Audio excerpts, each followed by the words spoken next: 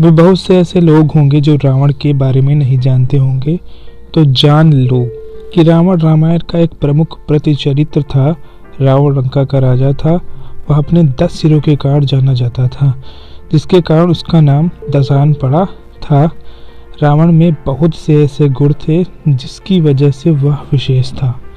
रावण की पत्नी मंदोदरी थी तथा उसके बच्चे मेघनाथ थे और उनकी एक बहन भी थी जिसका नाम शूर्पणखा था। उनके 3 भाई थे, कुंभकर्ण, कुबेर, विभीषण। बात यह थी कि शूर्पणखा की नाक भगवान राम ने काट दी थी, जिसकी वजह से पूरी रामायण शुरू हुई। और अपनी बहन का बदला लेने के लिए रावण ने भगवान राम से युद्ध करने का फैसला लिया। रावण एक ऐसा व्यक्ति था उस समय का जिसे कोई भी नहीं मार सकता था, क्योंकि उसका पूरा शरीर अमर था, बस केवल उसकी नाभि को छोड़कर। उसकी कमियां थी जिसकी वजह से वह मर सकता था अगर उसकी नाभि से तीर मार दिया जाए। और उस कमियों को उसकी भाई विभीषण जानता था, जो राम के साथ मिलकर अपने भाई की मृत्यु का कारण बना। अगर रावण अपनी मृत्यु का राज विभीषण को नहीं बताता तो आज रावण जिंदा होता, और उसके विचार भी, क्योंकि वह चाहता था कि चंद्रमा तक सीढ़ियां बनाने का जो कार्य उसने शुरू कर दिया था, शायद आज वह कंप्लीट हो जाता और हम भी चंद्रमा पर सीढ़ियों से जा पाते। दोस्तों, जानकारी जुटाने के बाद और पौराणिक किताबों के अनुसार यह माना जाता है कि रावण के यह 10 सिर वह बुराइयों के प्रतीक हैं, जिसमें द्वेष, घृणा, पक्षपात, अहंकार, काम, क्रोध, लोभ, मोह, व्यभिचार, धोखा या आदि शामिल हैं।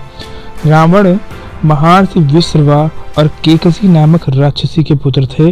रावण को अपने पिता महर्षि विश्रवा से वेद शास्त्रों का ज्ञान मिला था और उनकी माता से राक्षसी प्रवृत्ति मिली थी।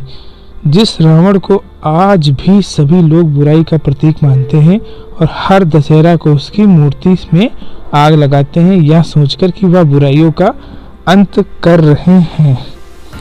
तर्क यह है कि दोस्तों, रावण के 10 सिर थे। यह कहना सत्य नहीं होगा, क्योंकि कुछ विद्वानों का मानना है कि रावण के 10 सिर नहीं थे, किंतु वे 10 सिर होने का भ्रम पैदा कर देता था। यानी दूसरे व्यक्तियों को उसके 10 सिर ही दिखाई देते थे, लेकिन असल में उसका एक ही सिर था। शायद उसके पास ऐसी कोई शक्ति थी जिसकी वजह से उसके 10 सिर दिखाई देते थे, जिसकी वजह से लोग उसे दशानन कहने लगे। कुछ विद्वानों के अनुसार रावण 6 दर्शन और 4 वेदों का ज्ञाता था, इसलिए उसे 10 कंठी भी कहते हैं। 10 कंठी कहे जाने के कारण प्रचलन में उसे 10 सिर मान लिए गए और उसे दशानन कहने लगे। जैन शास्त्रों के अनुसार रावण के गले में बड़ी बड़ी गोलाकार 10 मड़ियां होती थी और 9 मड़ियां 9 सिरों को दिखाती थी, जिसके कारण 10 सिर होने का भ्रम पैदा हो जाता था।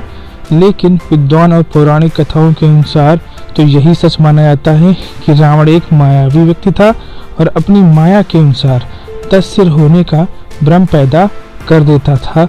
उसकी माया शक्ति और जादू के चर्चे आज भी पूरे वर्ल्ड में जाने जाते हैं। कहा जाता है कि भगवान शिव को प्रसन्न करने के लिए रावण ने वर्षों तक कठोर तप किया, लेकिन भगवान शिव प्रसन्न नहीं हुए। उसके बाद रावण ने भगवान शिव को अपना सिर अर्पित करने का निर्णय लिया। भगवान शिव की भक्ति में लीन रावण ने अपना सिर काटकर भोलेनाथ को अर्पित कर दिया, जिससे उसकी मृत्यु नहीं हुई, उसकी जगह दूसरा सिर आ गया। ऐसा एक एक करके रावण ने अपने 9 सिर भगवान शिव को अर्पित कर दिए। जब 10वीं बार उसने अपना सिर भगवान को अर्पित करना चाहता भी भगवान शिव वहाँ प्रकट हो गए। वे रावण की भक्ति से बहुत प्रसन्न हुए और उससे वरदान मांगने को कहा।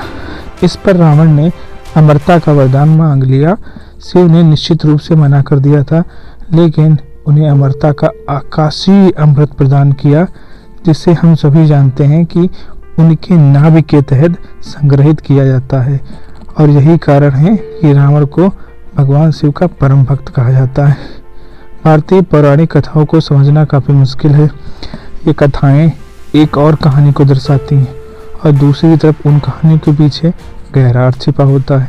रावण के 10 सिर के 10 अर्थ हैं। ये हैं कि वे 10 बुराइयों के प्रतीक माने जाते हैं। पहला अर्थ काम, दूसरा अर्थ क्रोध, तीसरा लोभ, चौथा मोह, पांचवा गौरव, छठा ईर्ष्या, सातवां मन, आठवां ज्ञान, नौवां चित्त और 10वां अहंकार।